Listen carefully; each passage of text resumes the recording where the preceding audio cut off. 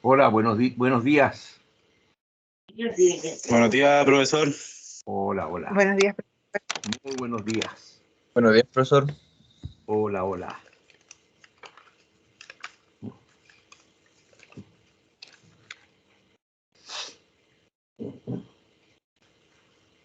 Bueno, quiero que veamos un día el tema, un breve repaso de lo que fue la prueba, para que más o menos ustedes tengan una idea aproximada de el resultado que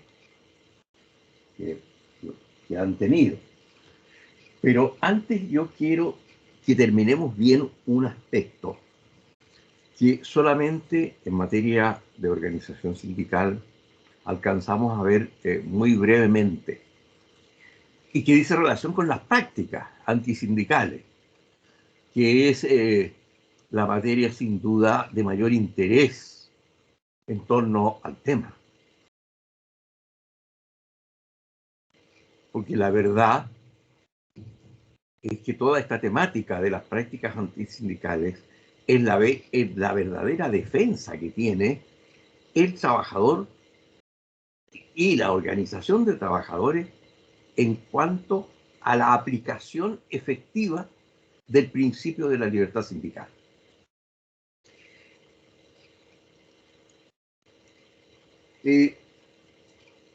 Lo que vamos a ver es el tema del despido, porque una de las posibles prácticas antisindicales es el despido. Para un trabajador, la mayor sanción que se le puede aplicar es el despido. Es evidente.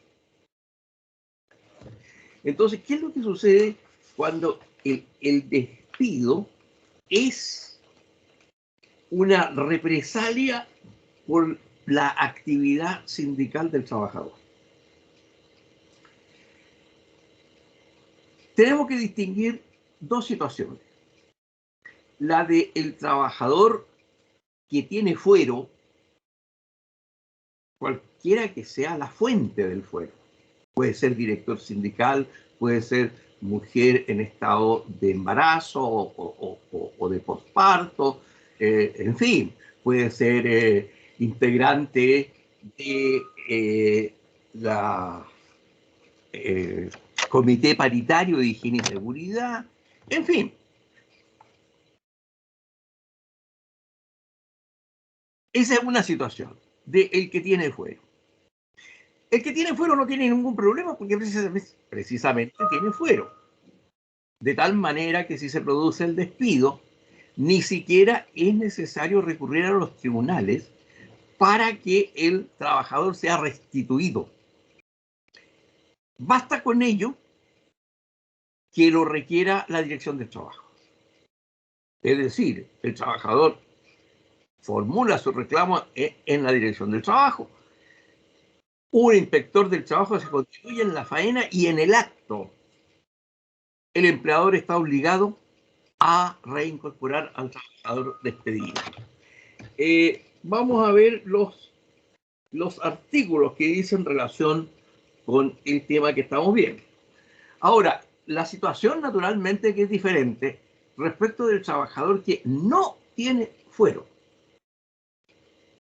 ¿Qué pasa con el trabajador que no tiene fuero? No obstante lo cual es despedido. A ver.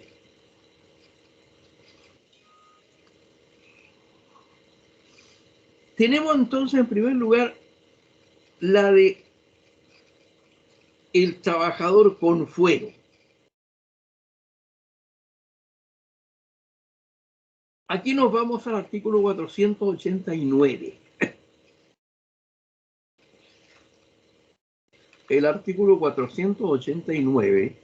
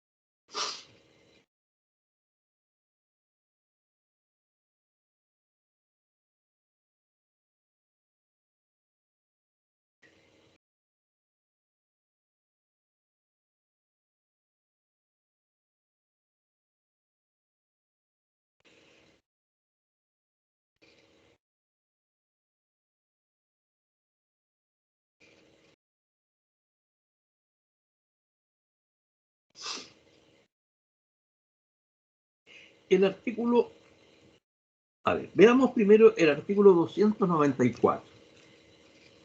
Este artículo nos dice que si el despido o el término de la relación laboral de trabajadores no amparados por fuero. Esta es la situación que nos interesa, más nos interesa. No amparados por fuero laboral, se realiza en represalia por su afiliación sindical, participación en actividades sindicales o negociación colectiva, el despido o el término de la relación laboral no producirá efecto alguno. No producirá efecto alguno. Aplicándose el artículo 489. Y el artículo 489 se refiere al procedimiento de tutela laboral. Es decir, mediante el procedimiento de tutela laboral, ¿verdad?, puede hacer efectivo su derecho a ser reintegrado, si es que no lo fuera con la gestión administrativa que hace la Dirección del Trabajo.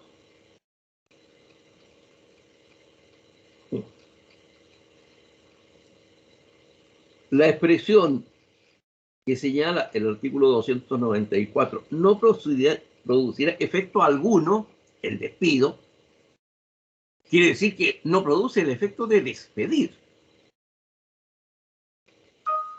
Y da lugar entonces a la acción de tutela consagrada en el artículo 489, que señala el procedimiento.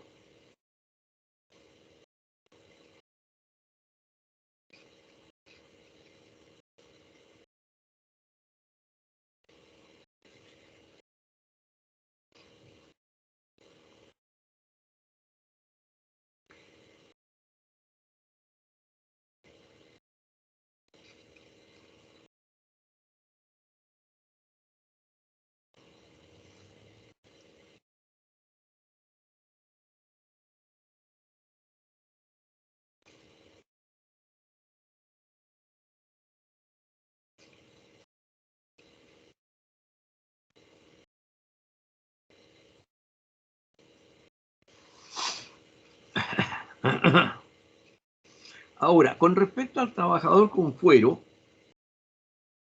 existe la alternativa por parte del trabajador de invocar el mismo derecho, y con mayor razón, que tiene el trabajador sin fuero. Es decir, optar por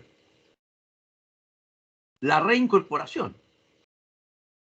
Pero también tiene la alternativa de aceptar el término de la relación laboral, pero con indemnizaciones especiales que están contenidas en el artículo 489,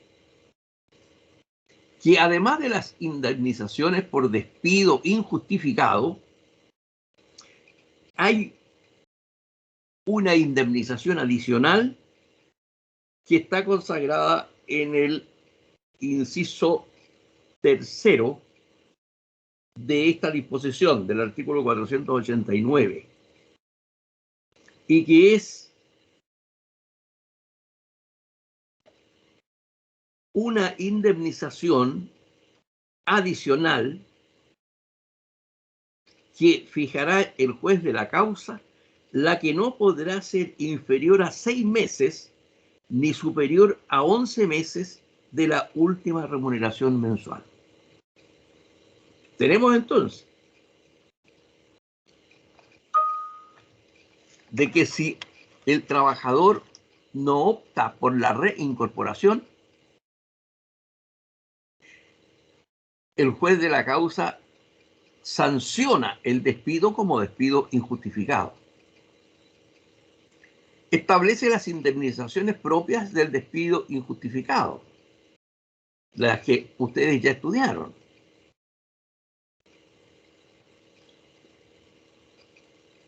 El mes de remuneración por año de servicio, con los topes máximos que ustedes ya conocen, y incrementado según la causal invocada, pudiendo llegar hasta un 80% del incremento. Y además de todo ello, esta indemnización especial que contempla el artículo 489, que es la remuneración correspondiente a 6 meses ni superior a 11 meses, que fija el juez de la causa según su criterio. Bien. Con esto entonces damos por cerrado el tema de las organizaciones sindicales.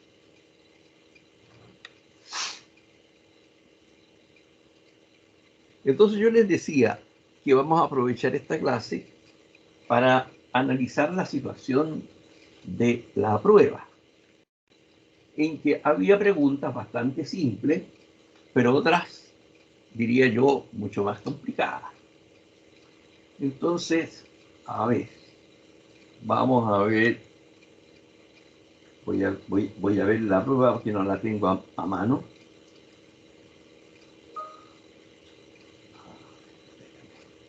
Vamos a ver. Igual, esperen un ratito.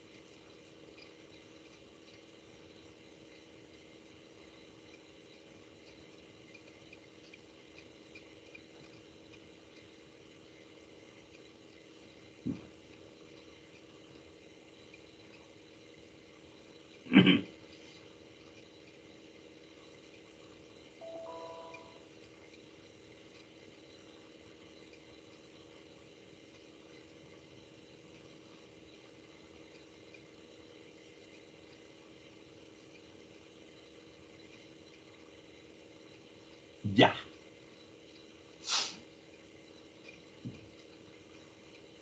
La primera prueba, la primera pregunta es la siguiente. ¿Hay alguna actividad específica que la Constitución prohíba intervenir a las organizaciones sindicales? ¿Qué entonces había que responder en esta materia? Ofrezco la palabra.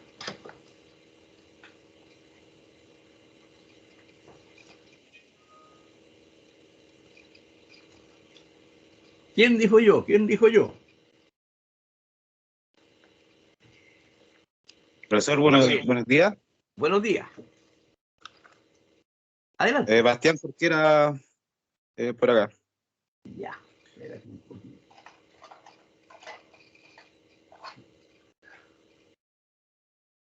Jorquera, espérate.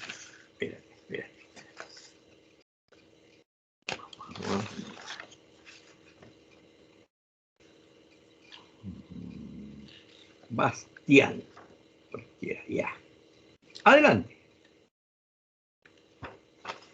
Bueno, la Constitución, en conformidad al artículo 19, la garantía número 19, en su inciso final, expresamente prohíbe que las organizaciones sindicales no se les estará permitido intervenir en actividades políticas partidistas. Ya está. Entonces, como dicen en la televisión, gana premio el concursante. Muy buena respuesta, precisa. Eso nomás. Efectivamente.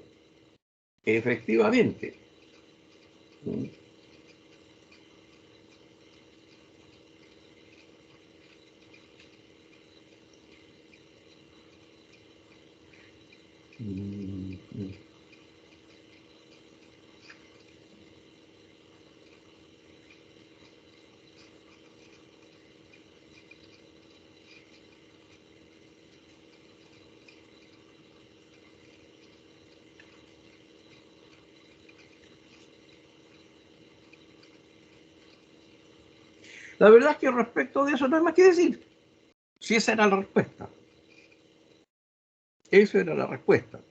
La Constitución lo único que prohíbe de manera expresa a los sindicatos es intervenir en actividades de carácter político partidista. Efectivamente.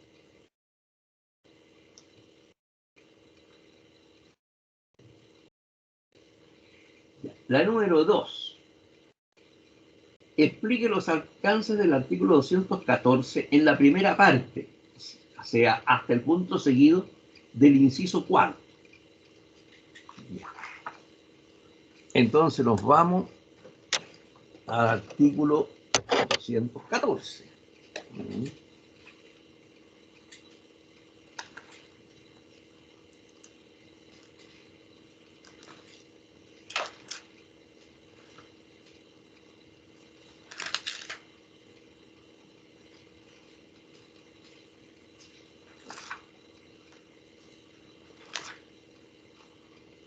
Ya.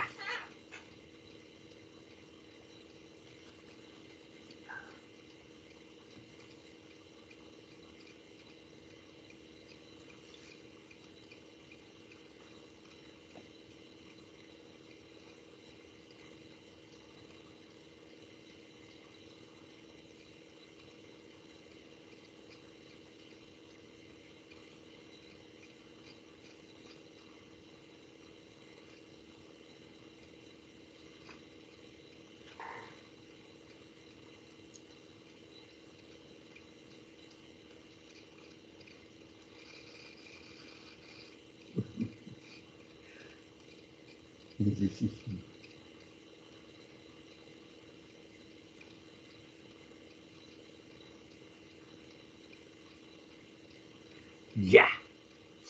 El inciso 4 del artículo 214 nos dice que un trabajador no puede pertenecer a más de un sindicato simultáneamente en función de un mismo empleo. Punto. Hasta ahí es la pregunta. Entonces, lo que se pregunta es explicar qué significa eso. ¿Qué quiere decir? ¿Quién se ofrece?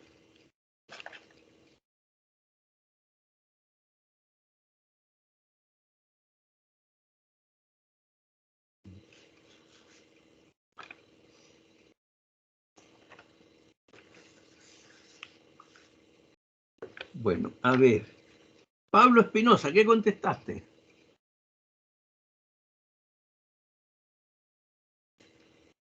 Pablo Espinosa, ¿está o no? ¿No está? Ah. Profesor, ¿Sí? yo respondí, ¿Dónde? soy Claudia Contuliano. Cantuliano, ya. Espérate un poquito.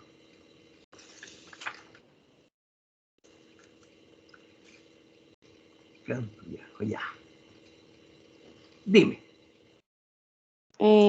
Ya, profesor, yo puse eso, de que efectivamente un trabajador no puede pertenecer a más de un sindicato simultáneamente en función de su empleo, pero sí lo puede hacer, por ejemplo, si es que deja de estar en un empleo y sí puede participar de un sindicato, pero si está en otro empleo.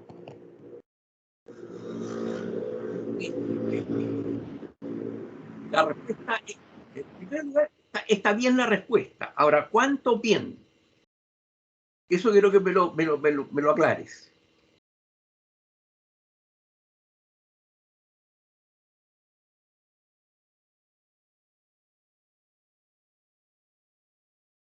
Porque lo que yo te entiendo, que tú me dices que si un trabajador está en un sindicato de una empresa X y abandona la empresa, sea que renuncie, que se vaya, que lo echen o lo que sea, entra de nuevo a trabajar en otro lado y se incorpora al sindicato de esa empresa. Eso es lo que yo entiendo que tú me dices. Entonces tú me tienes que decir si es correcto lo que entendí o no, y me lo explica. Sí, profesor, es correcto lo que me dice usted, yo lo puse así. Ya, puede dar una explicación, pero ya. ¿Cuál es el tema? ¿Por qué no está exactamente correcta? Porque como yo les decía en la prueba, esto tiene una evaluación de 1 a 7, cada una de las preguntas.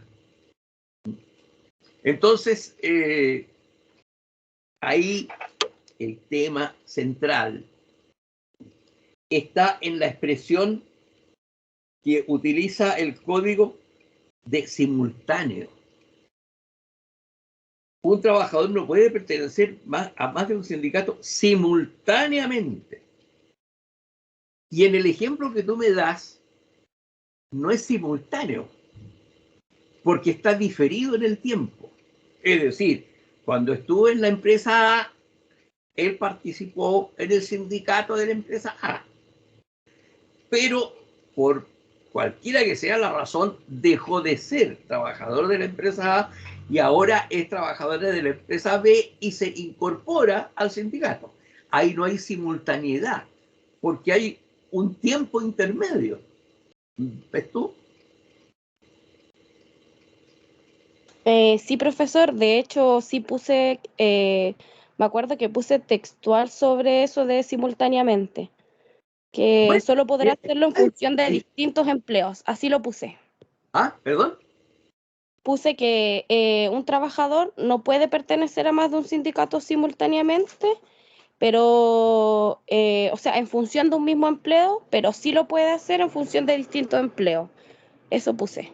Ah, no, pero que cambia la cosa. Obvio, si esa es la pregunta. Claro.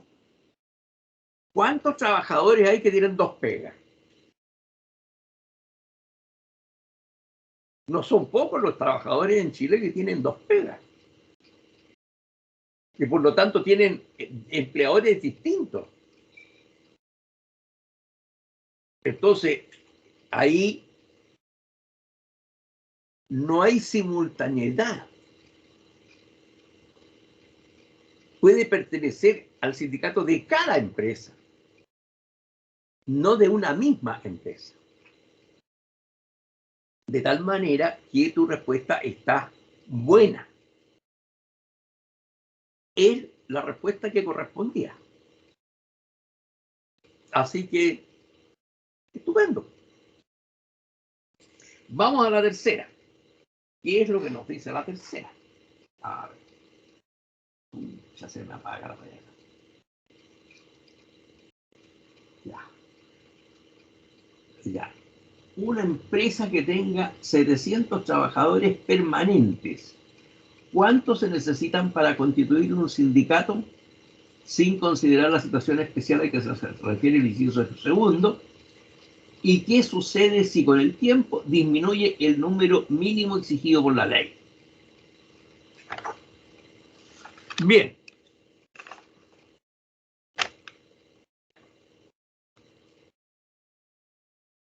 ¿Quién ve en esta?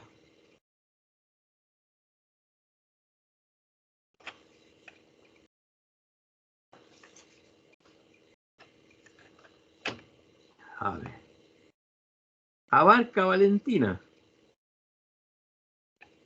¿Está o no? Ya, no está entonces. Paz Acevedo. Poco. Angélica Alarcón.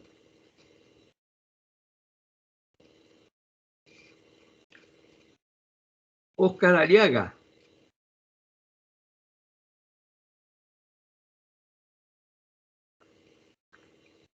Luis Álvarez.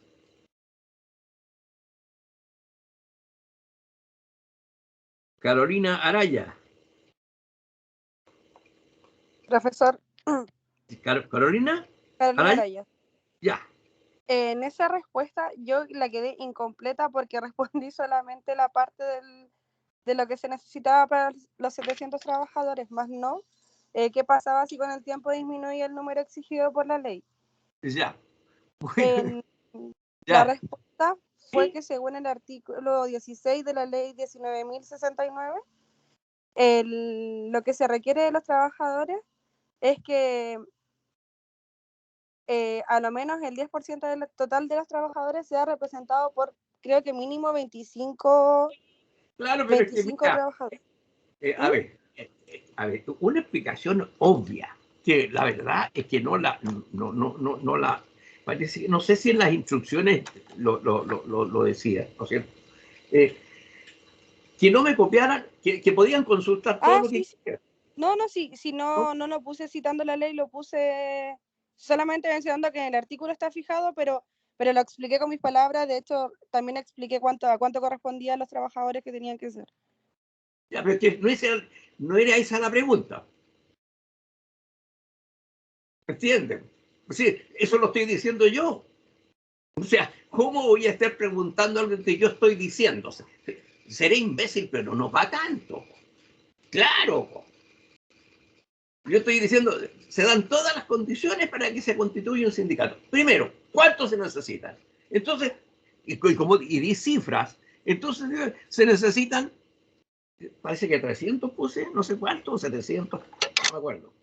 Aquí hice la pregunta, ya. 700 puso. ¿Ah? 700, ya está. Entonces, ya, ¿cuántos pusiste ahí que se necesitaban? 70. Ya. Ah, ya, esa parte está bien. Claro. Pero la parte más importante era la que seguía. Sí, esa parte no la puede responder el profesor. Ya. Bien, pero como eso tiene la nota de 1 a 7, y entonces, bueno, ahí se pondrá la nota viendo todo el... No está completa. O sea, estamos hablando de, digamos, estamos hablando matemáticamente de la mitad, pero técnicamente de un poco menos porque esa parte era muy simple.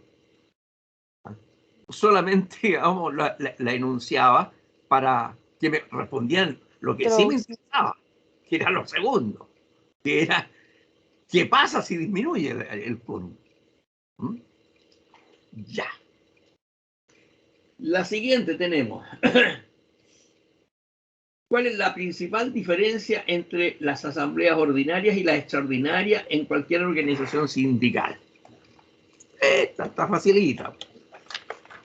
Si puse unas bien fáciles para que no me digan que hago puras preguntas difíciles. Entonces, ¿quién responde? El Pablo Espinosa. No está.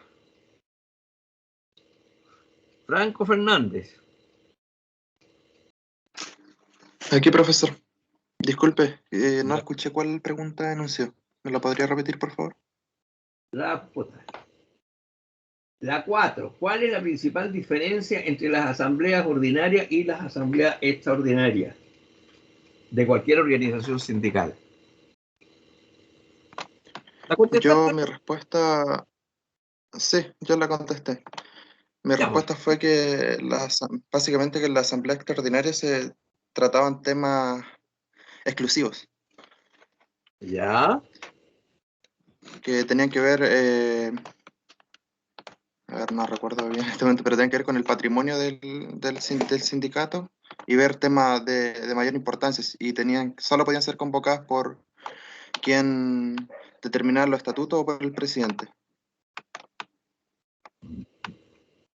La verdad es que Recuerdo que era más completa mi respuesta, pero en este momento no la recuerdo exactamente. pero se te va a olvidar en una semana. Eh, ¿Qué sentido tiene? Si, en todas las materias se te va a olvidar a la semana siguiente. ¿Cómo vas a ejercer la profesión? Lo mismo te vas en civil, en procesal, en penal. No. Ya, pero de lo que has dicho, ah, eh, todas esas cosas tienen, digamos, efectivamente son así.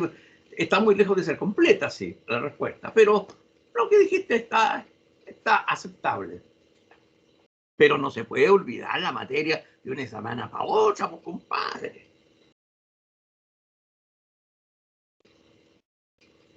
Piensen ustedes que en el examen de grado entra la materia de segundo barrera, civil y procesal. En segundo empiezan a darle huasca, hasta cuarto. Profesor, ¿Sí? mire, otra diferencia podría ser de que en la asamblea ordinaria lo hacen en las oportunidades que se fijan en los estatutos, no así, por ejemplo, en la extraordinaria que los trabajadores son convocados de forma anticipada, según igual con la formalidad y publicidad que se señalan en los estatutos, pero para tratar ciertos temas en específico. Así es, pues. Eso, claro, Ah, ya. claro. ¿Cómo te llamas tú? Tú no. Claudia Contuliano. Ah, ya. Ya, ya. Ah, Claudia. Espérate. Ya.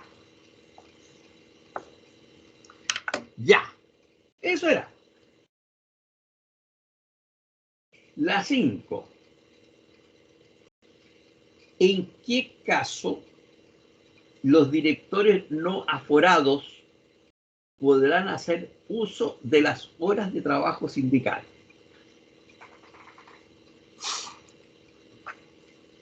A ver,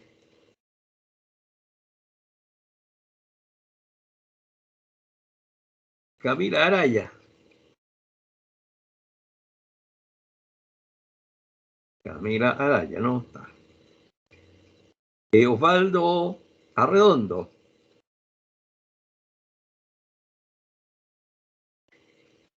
Karen Arroyo.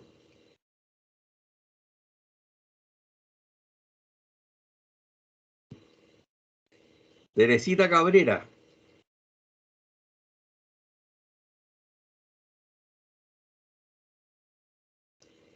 Álvaro Calabacero.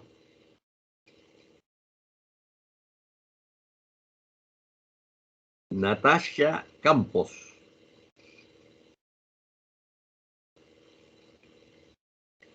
Javiera Candia.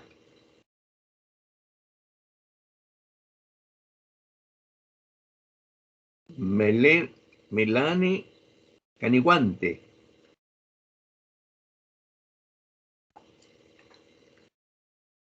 Bastián Castro.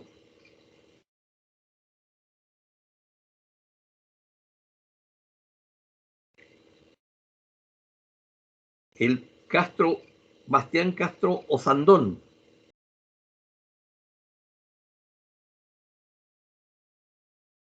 Felipe Contreras.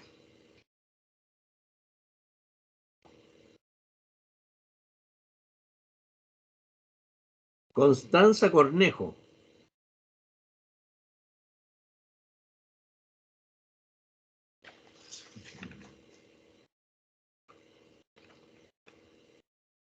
Jorge Figueroa.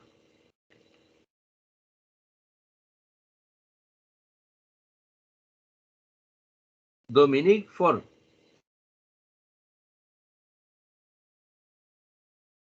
Belén Gómez.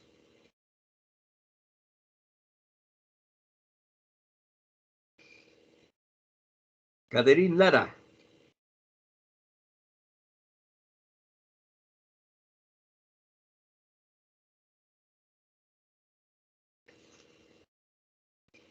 Bueno, no hay ningún voluntario que haya contestado esta pregunta.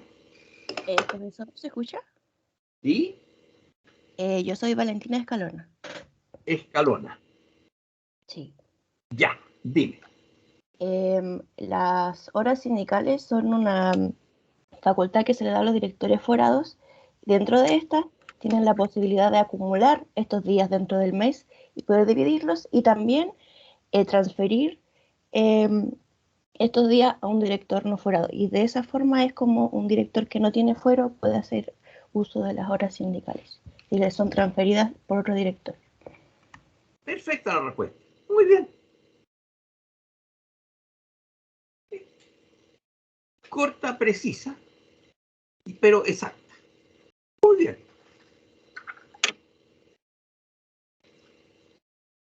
Seguimos entonces. Ya.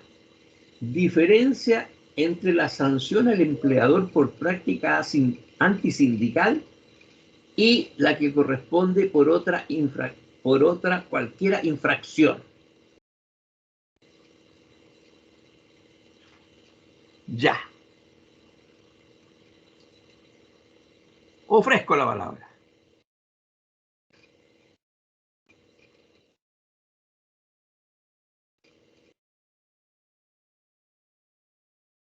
¿Quién contestó esta pregunta?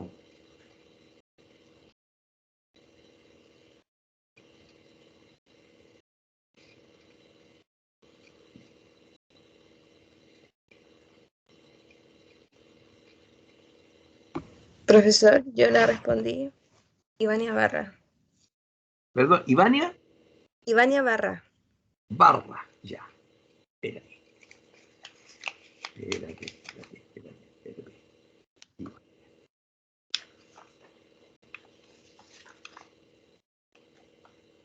Ya, Ivania. Ya. Dime.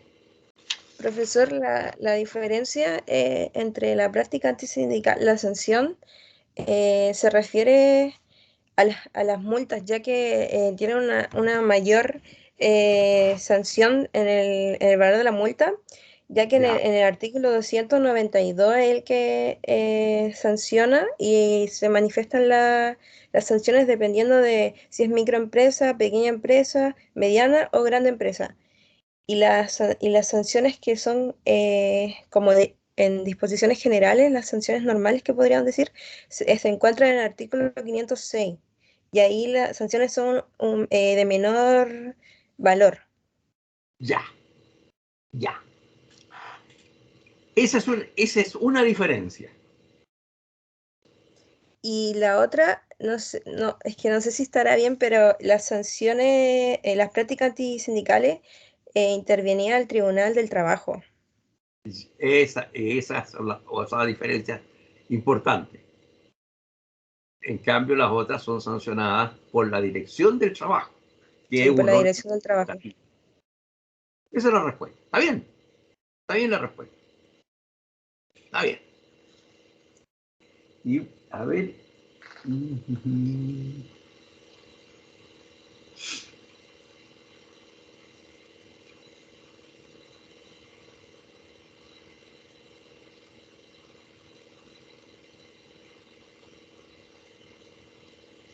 Ya, esta es más complicada. Explique las congruencias entre los incisos segundo del artículo primero y el artículo 212 del Código del Trabajo en relación con los trabajadores del Estado. Ya, esta está más difícil. Entonces, veamos. Algo tienen que haber contestado, o sea, no creo que nadie haya contestado. Así que, a ver, ¿quién se tira primero?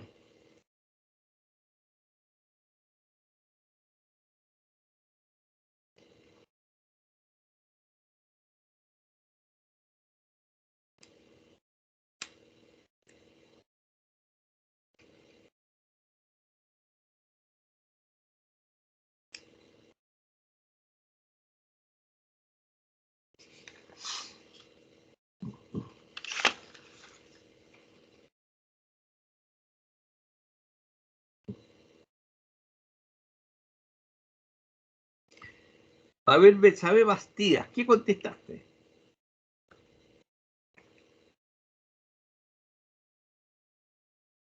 ¿Está o no está?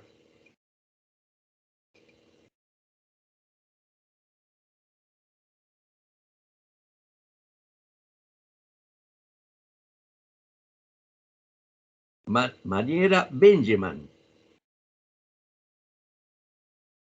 ¿Está o no?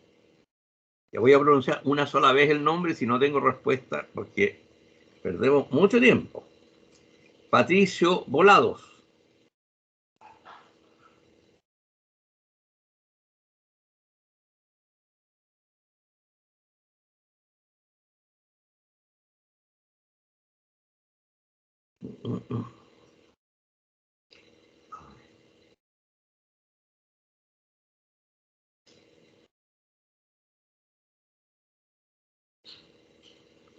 Constanza Cornejo.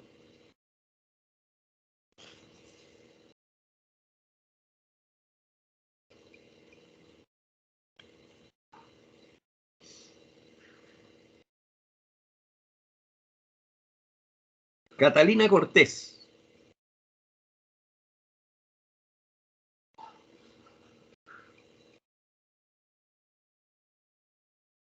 Paula Cortés.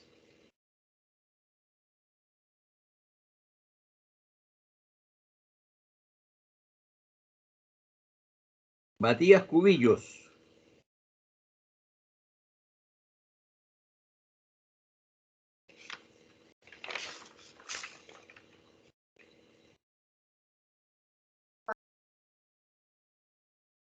Dana Vanessa Díaz.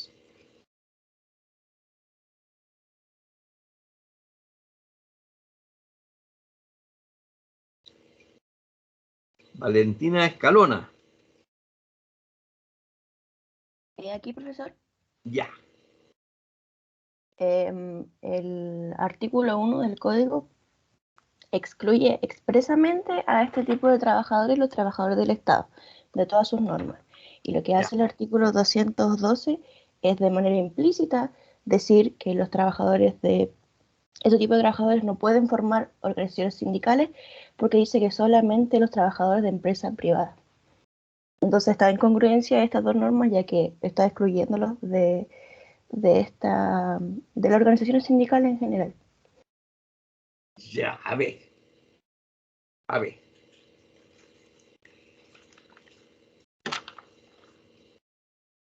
Yo te pregunto lo siguiente. ¿No te extraña que en Codelco haya sindicatos, siendo una empresa 100% del Estado? Si tu respuesta fuera buena, no se explicaría que en Codelco existan sindicatos, y todo el mundo sabe que existen sindicatos en Codelco.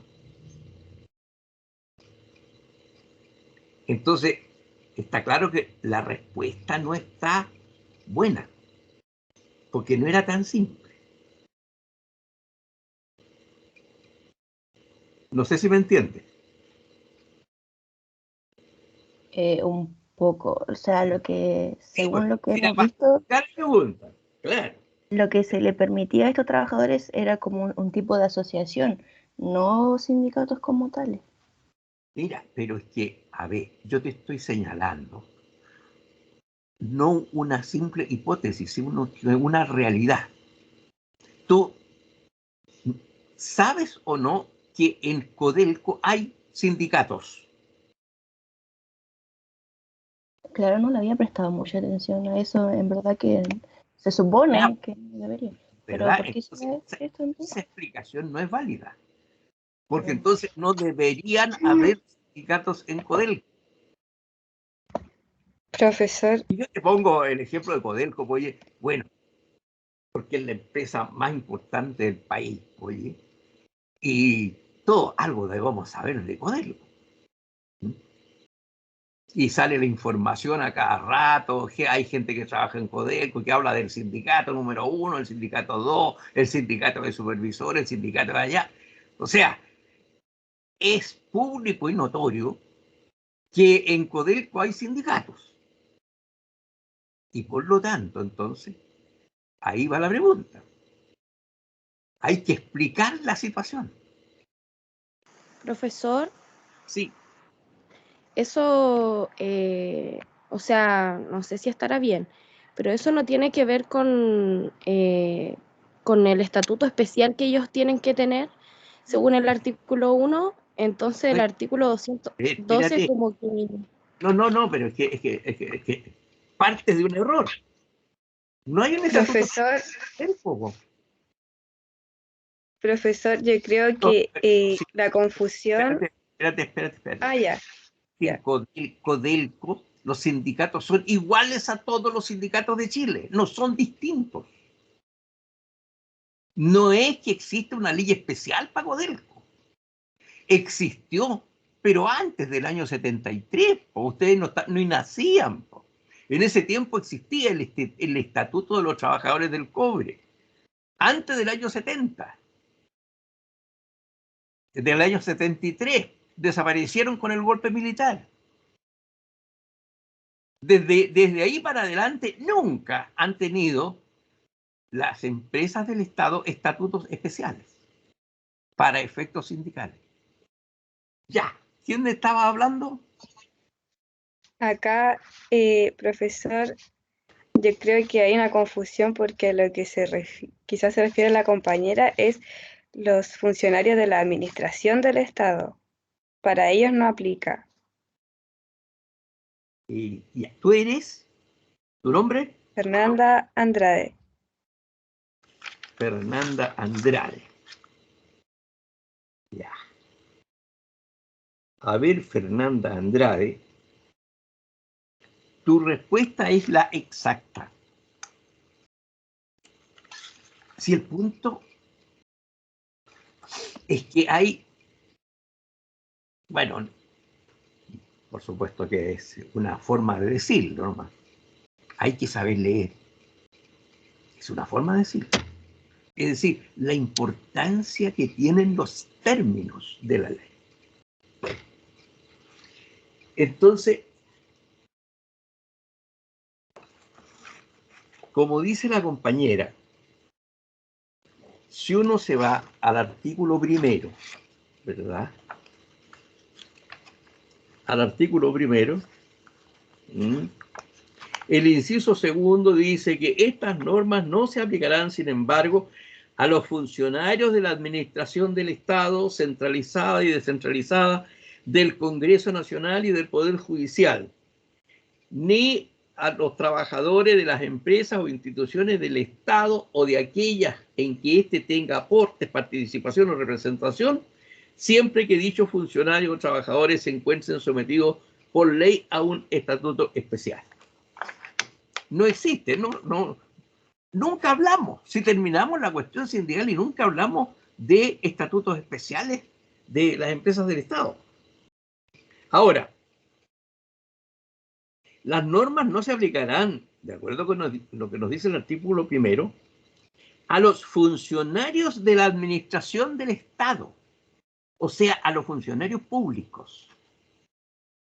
Y los trabajadores de Codelco no son funcionarios públicos. Son trabajadores que se rigen por el Código de Trabajo, porque son trabajadores de una empresa,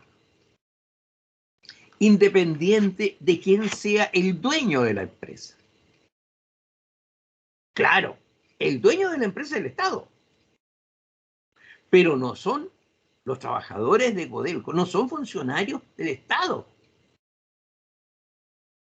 No entran a la empresa en virtud de un concurso público, como ocurre con el funcionario público.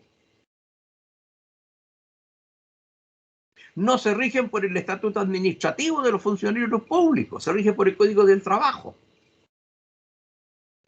Porque una cosa es la propiedad de la empresa y otra cosa es la función. La función de Codelco no es prestar un servicio público como tesorería, como impuestos internos, como la dirección de no sé qué cosa, como aduana, como N cantidad de funciones públicas. Es producir cobre. Entonces actúa en todo, al igual que la empresa privada. El estatuto que se les aplica en todo es de empresa privada.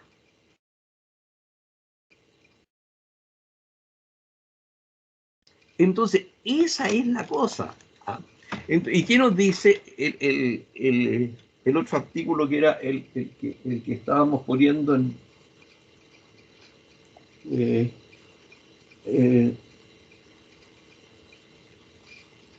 el artículo 212. Claro. Reconócese, y el artículo 212 es bien explícito, reconócese a los trabajadores del sector privado y de las empresas del Estado, cualquiera que sea su naturaleza jurídica, el derecho de constituir, etcétera, etcétera, etcétera.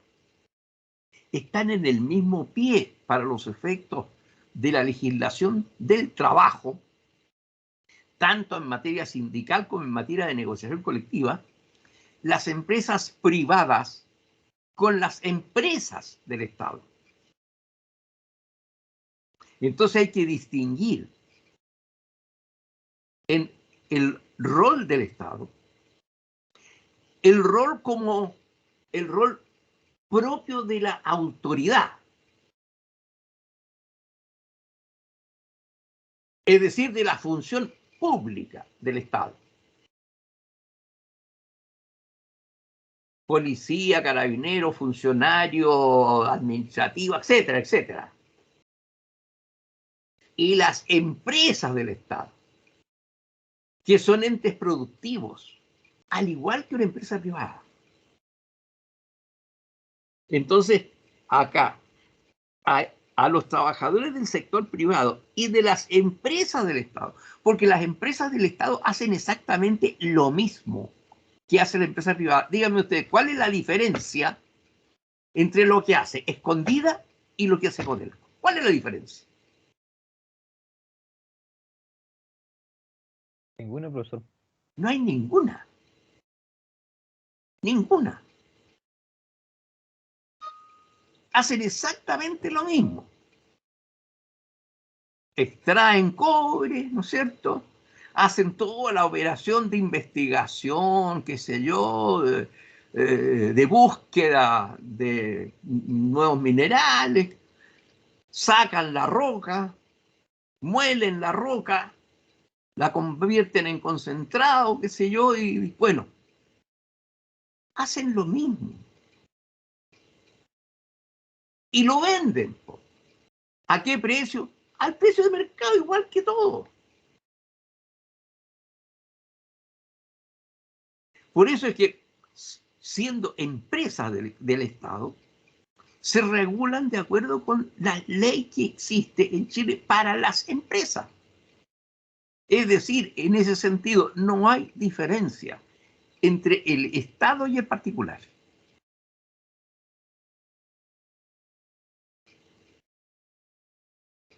Esa era la respuesta, esa es la última, parece. Claro. Bueno, entonces ya tienen una idea más o menos. Profesor. ¿Cómo les ha ido? ¿Sí? Dime. Tengo una duda con esa pregunta sobre los 700 trabajadores. Ya, espérate, ¿tu nombre? Andrade, Fernanda Andrade. Ya, Fernanda Andrade, ya, dime.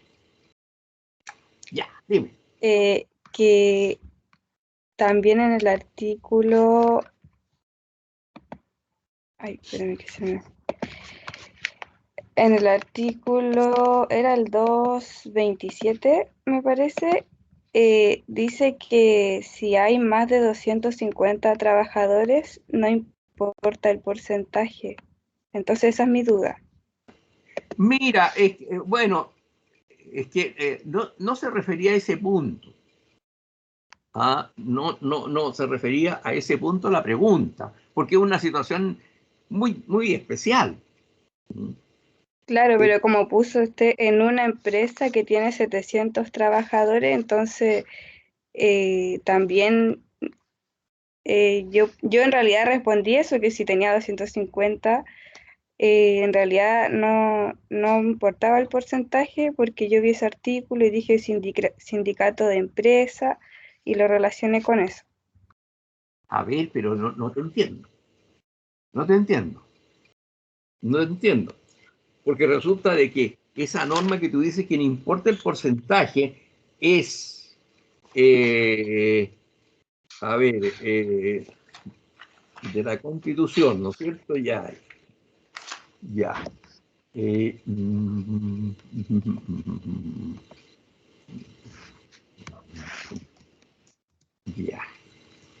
Es el artículo 227. Sí, Cualquiera que sea nos dice al final, cualquiera que sea el porcentaje que representen, podrán constituir sindicatos 250 o más trabajadores de una misma empresa. O sea, estamos hablando de una empresa con más de 2.500 trabajadores.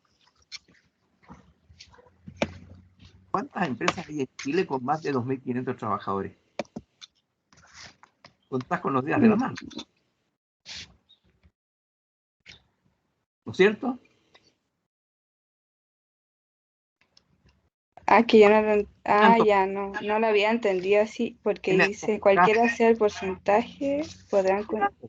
Claro, o sea, no se le va a pedir, o sea, esto significa que aplicando las reglas, si la empresa tiene 3.000 trabajadores, si aplicamos las reglas comunes que están en los incisos anteriores, tendrían que tener 300 para constituir un sindicato.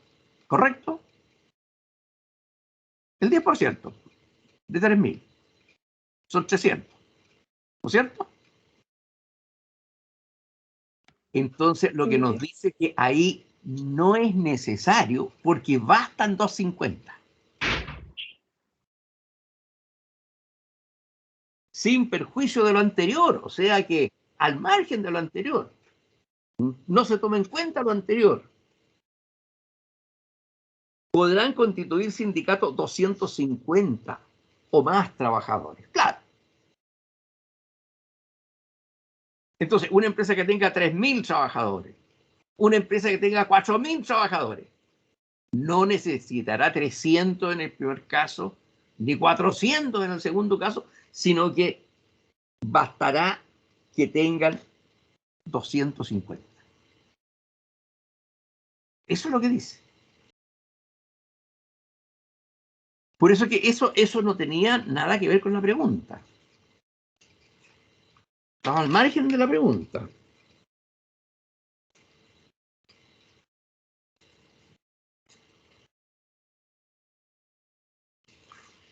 O en todo caso, digamos, tampoco está mal, en el sentido de que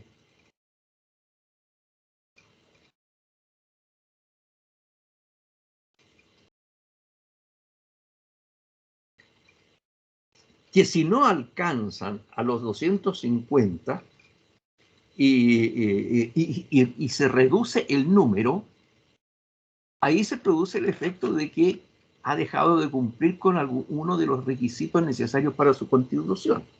Pero la pregunta era esa. A ver. Profesor. La congruencia, a ver, entre, claro. No. Esa era, a ver. La número 3. Claro. ¿Qué sucede si con el tiempo disminuye el número mínimo? Ya. El ejemplo era de una empresa con 700 trabajadores. O sea, esa empresa, de acuerdo con lo que hemos estudiado, necesita a lo menos 30 trabajadores para poder constituir un sindicato. ¿Estamos de acuerdo en eso? ¿Está claro? La pregunta es, ¿qué pasa si con el tiempo se empiezan a desafiliar? Y llega un momento en que no tienen 70, sino que tienen 50 o 60. Profesor, ¿Qué pasa ahí? disculpe, ¿Sí? en relación a esa pregunta, yo no lo, o sea, respondí como de manera general la primera parte y iba a preguntar sobre la segunda parte de esa pregunta, que precisamente se podía solicitar la disolución de la organización sindical por no cumplir algunos de los requisitos que se establecían en el estatuto propio de la organización sindical. Entonces, esa era la segunda parte, si en el caso de que no se completara con el quórum necesario de trabajadores. Ya, o sea, a ver, o sea, no contestaste en la primera parte, ¿no es cierto? La contesté, pero con las reglas generales, no haciendo el cálculo directo con los 700 Bueno, es que la trabajadores. pregunta, a ver, es que la pregunta es con número. 700 trabajadores, ¿cuántos se necesitan para constituir un sindicato? Es cuestión de aplicar la norma, el 10%. Pues, no estoy preguntando, oye, de física cuántica. Pues. No, claro, lo entendí, pero la segunda parte sería la No, respuesta eso, que... como eso debería haberse contestado. Claro, Y si contestaste bien la segunda, bueno, eso vale lo que corresponde. Si como te ya. digo, te repito, cada pregunta tiene una evaluación de 1 a 7, que es la norma de 1 a 7 en materia de notas.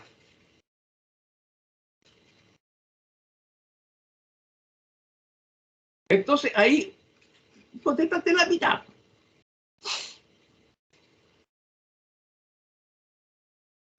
Sí, por eso, muchas gracias. Ese es el punto. Bueno, a ver,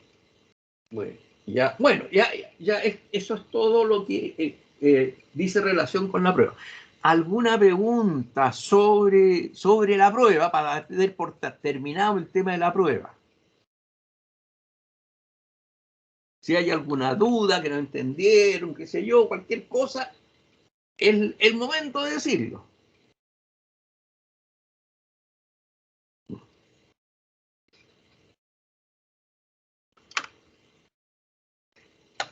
Bueno, parece que está claro y nos vamos al descanso porque en la segunda parte, como no hay mucho que agregar sobre el tema sindical, ya empezaríamos, no, por la segunda parte, no, de todas maneras hay conversación en general. Bueno, nos vamos al recreo entonces.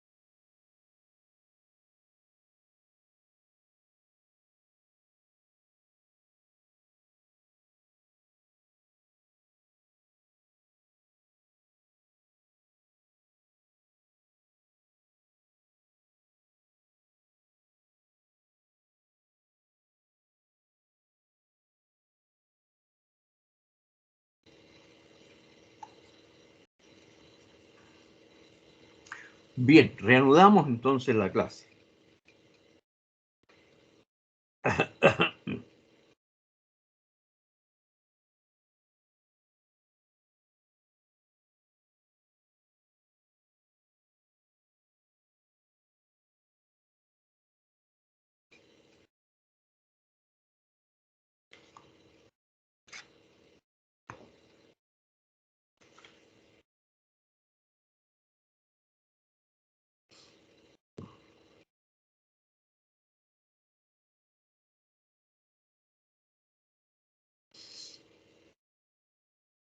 Bien, pues, sobre la materia que hasta ahora hemos estado viendo.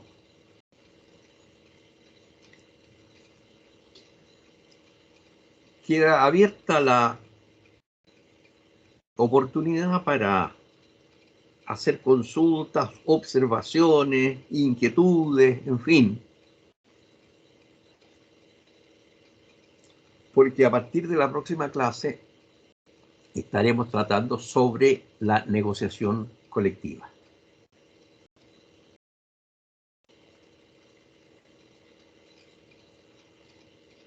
Profesor, ¿Sí? Adelante. Adelante. más que nada, Bastián Jorquera. Ya. Mire, quería comentar algo sobre la interpretación personal que yo pude hacer de la congruencia que usted preguntó en clase sobre la aplicación de la libertad sindical, tanto para trabajadores privados como para los trabajadores que pertenecen a alguna empresa del Estado o netamente son funcionarios públicos. Ya. Yo atendiendo las dos disposiciones que usted preguntó, yo realicé una interpretación de la siguiente manera. Igual me gustaría compartirla y quizá ver en qué quizá no coincido con la que usted explicó. Ya. Yo lo que entendí que la aplicación de la libertad sindical, del principio de la libertad sindical, rige para ambos tipos de trabajadores, salvo que la ley expresamente señale a aquellos que pertenezcan al sector público sean regidos por estatutos especiales. Sin esa consideración o exigencia se entiende, o yo entiendo, de acuerdo a la interpretación, que los trabajadores pertenecientes al sector público tienen derecho a sindicalizarse. Ya. Vamos viendo. A ver. Vamos viendo. En el artículo primero, ¿verdad? Cuando se habla de estatutos especiales, lo cierto es que no existen. Es por si hubiera. Las relaciones laborales entre empleadores y trabajadores se regularán por este código y por sus leyes complementarias. Ahí está claro. Entonces, a continuación dice que estas normas no se aplicarán a los funcionarios de la administración del Estado. O sea, no se aplicarán a los funcionarios de la administración centralizada, ni a los trabajadores de las empresas o instituciones del Estado, siempre que dichos funcionarios o trabajadores se encuentren sometidos por ley a un estatuto especial. Bueno, en el caso de los funcionarios de la administración del Estado, se da el caso precisamente de que están sometidos por ley a un estatuto especial, que es el estatuto administrativo. Y lo propio ocurre con los municipales, que es el estatuto de los trabajadores municipales. Entonces, yo no veo contradicción. No veo la contradicción. Porque la norma es precisa. estas normas no se aplicarán a los funcionarios de la administración del Estado.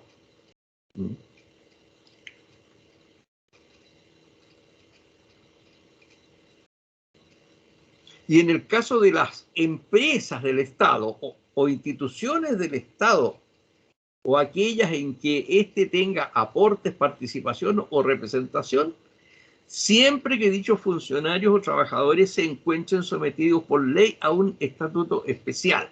En este caso, el de las empresas del Estado, no se encuentran sometidos a un estatuto especial. No existe un estatuto especial para los trabajadores del Estado que sean de empresas, porque ahí se aplica la normativa general. No son trabajadores públicos.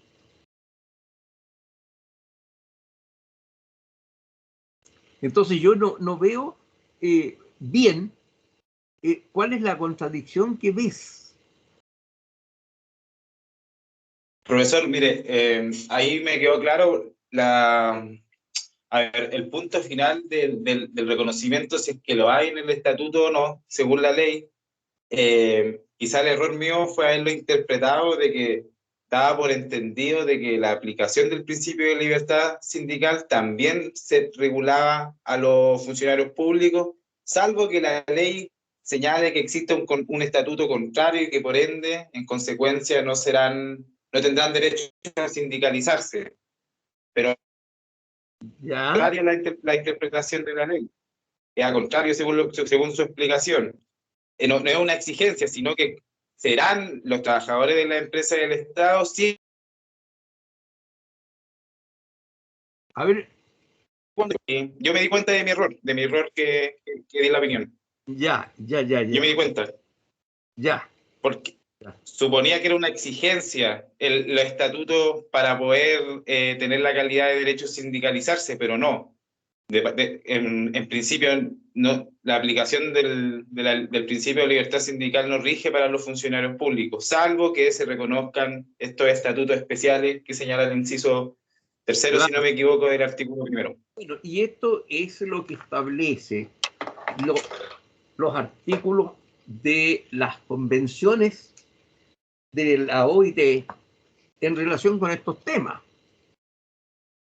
Los convenios 87 sobre sindicatos y 98 que son sobre la negociación colectiva, que es lo que vamos a ver a partir de la próxima clase,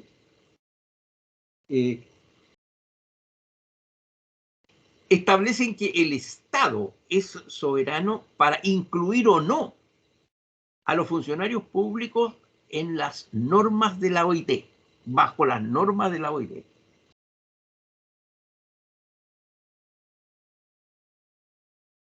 Hay una expresa exclusión de la obligatoriedad de aplicar las normas OIT a los funcionarios del Estado.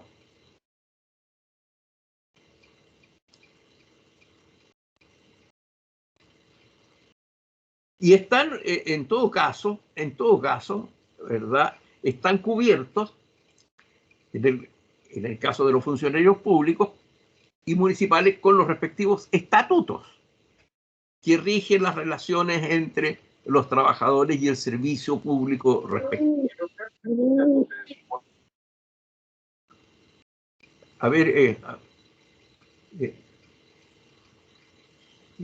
alguien habló, pero no se entendió. No escuché bien.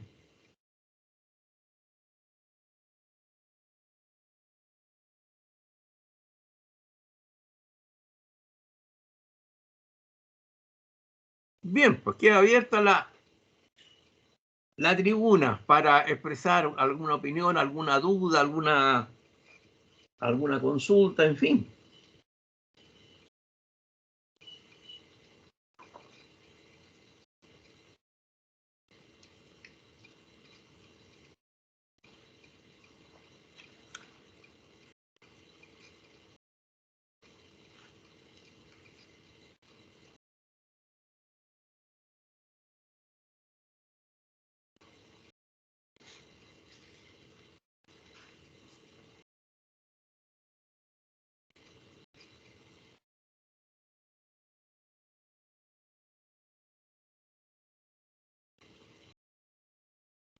Bien, llegamos hasta acá nomás porque ya la hora avanza y nos veremos la próxima semana.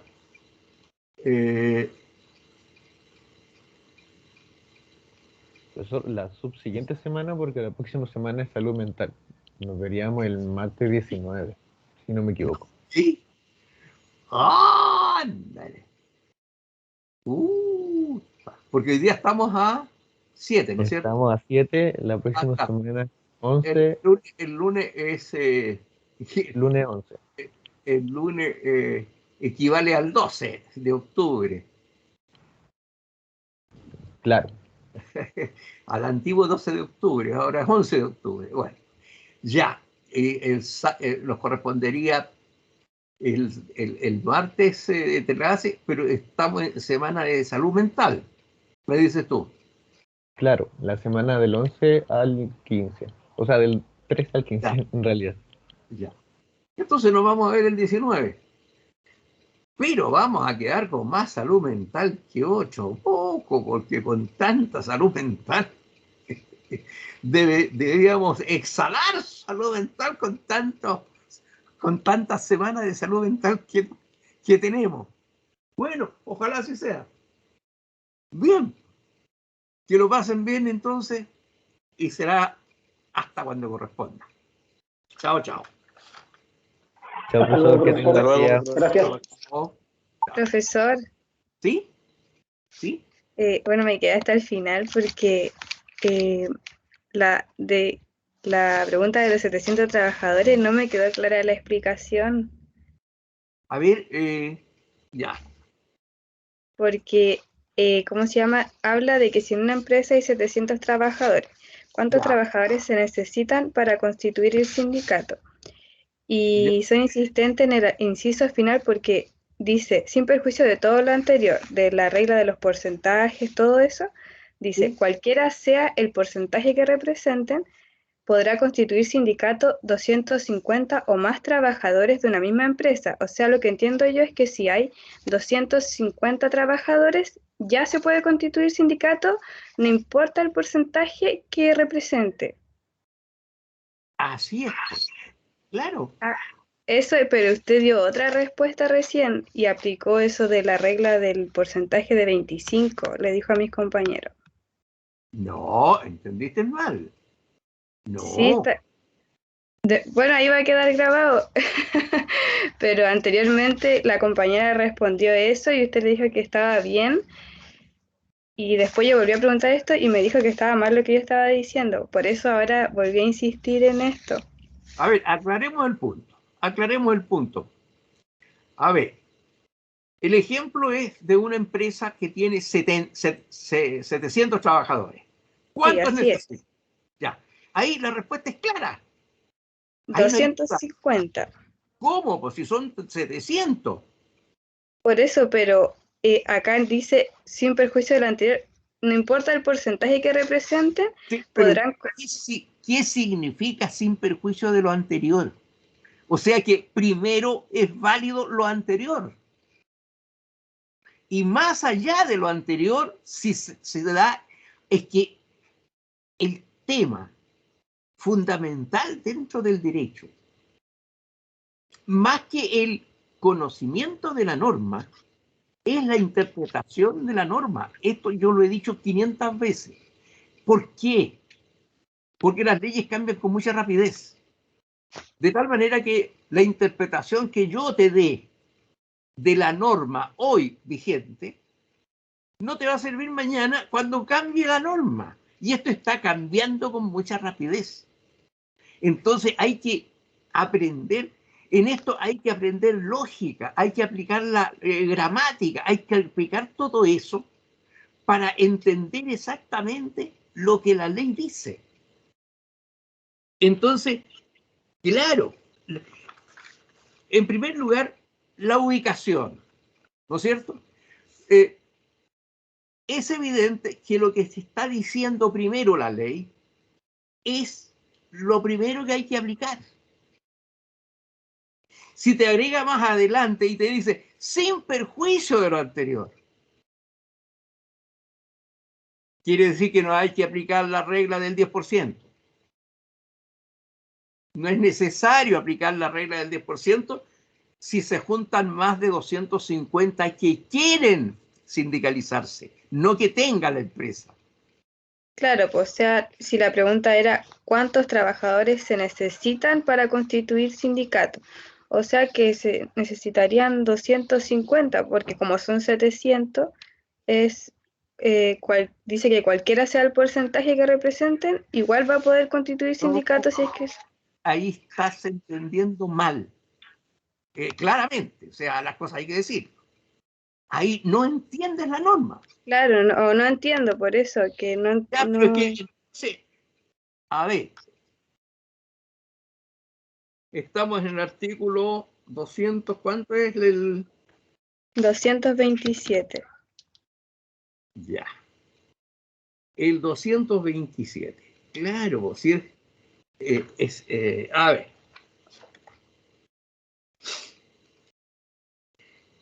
¿Cuál es la norma básica? Es la básica por donde el legislador nos empieza a hablar del tema. Obvio. Obvio. La constitución de un sindicato en una empresa que tenga más de 50 trabajadores requerirá de un mínimo de 25 trabajadores que representen a lo menos el 10% total de los que presten servicios en ella. ¿Eso está claro o no está claro? Sí, eso sí, que es como para las empresas que son más pequeñas. No tan pequeña. No tan pequeña. Porque una empresa que tenga 2.000 trabajadores, ¿cuántos necesita para que constituyan sindicato?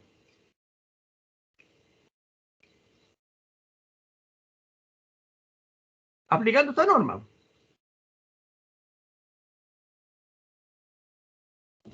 ¿Cuánto?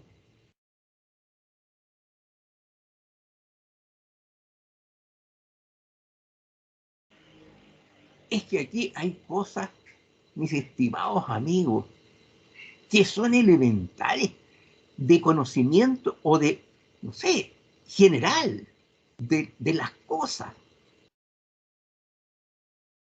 O sea, ¿cómo es posible que un alumno que ya ha estado 4 años en la universidad no sepa el 10% de una cantidad?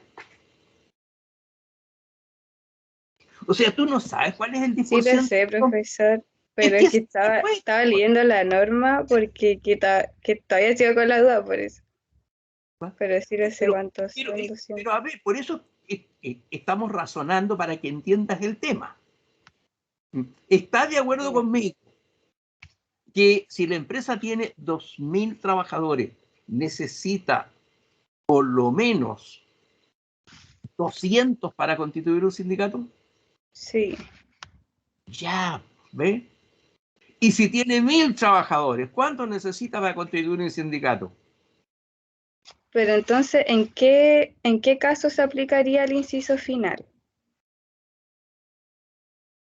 El inciso final es cuando hay 250 trabajadores que quieran formar un sindicato y que no alcancen a las normas anteriores, por eso dice, sin perjuicio de.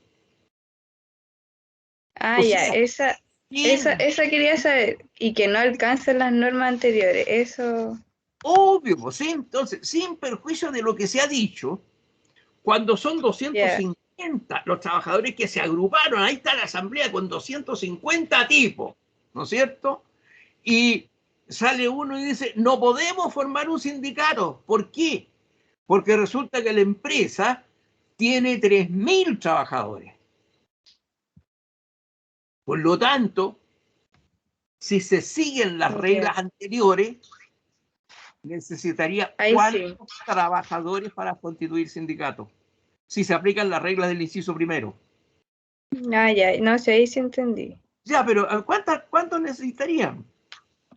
¿Cuántos necesitaría? ¿Si tiene cuánto? 3.000 la de la empresa. 300. ¿Ves? Entonces, el que sabe más la cosa y conoce el inciso segundo, dice no, podemos constituir sindicatos de acuerdo con el inciso final del artículo, que dice que ahí no se claro. aplica lo anterior. Y eso es lo que significa sin perjuicio de. No es Ya. que lo anterior quede derogado. No, es válido.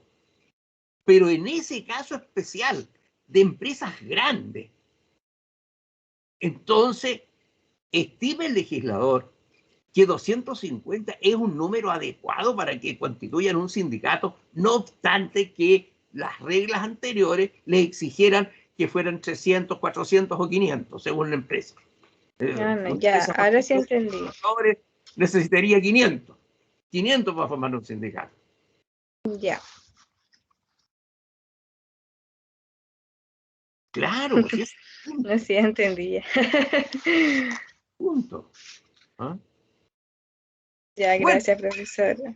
nos vamos entonces. Profesor, Sí, sí, buenas tardes. Disculpe, soy Belén Gómez. sí, sí. Yo no había tenido la oportunidad de poder hablar con usted.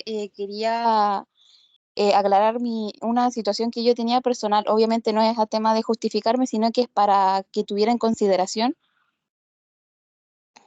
Sí, ¿qué cosa? Sí, el tema de que yo sufrí un accidente hace unos meses y por el tema de seguro bomberil me habían asignado mi kinesiología en la mañana para poder volver a caminar normalmente bien y no había tenido la oportunidad de poder asistir o al menos a las clases de las mañanas de manera bien. Ahora yo arreglé esa situación de manera que yo pudiera no perder clase. Obviamente no a manera de justificar, insisto, es solamente para que tengan en consideración de que yo desde ahora voy a poder participar de manera más activa y por eso yo no había tenido la oportunidad de hacerlo, más que nada porque el seguro, como le decía, me lo habían, como el tema de bomberos, ellos lo asignan, ellos me ven el traumatólogo, ellos me ven el Ya. tema de horario, pero ahora yo pude cambiarlo para poder asistir bien a las clases y poder participar. No, En sí. todo caso, si es que necesita algún tipo de justificante o algo para que avale lo que estoy diciendo, también se los podría enviar si es que es necesario. Ya. Mira, diría que podría ser necesario al final cuando haya que poner la nota.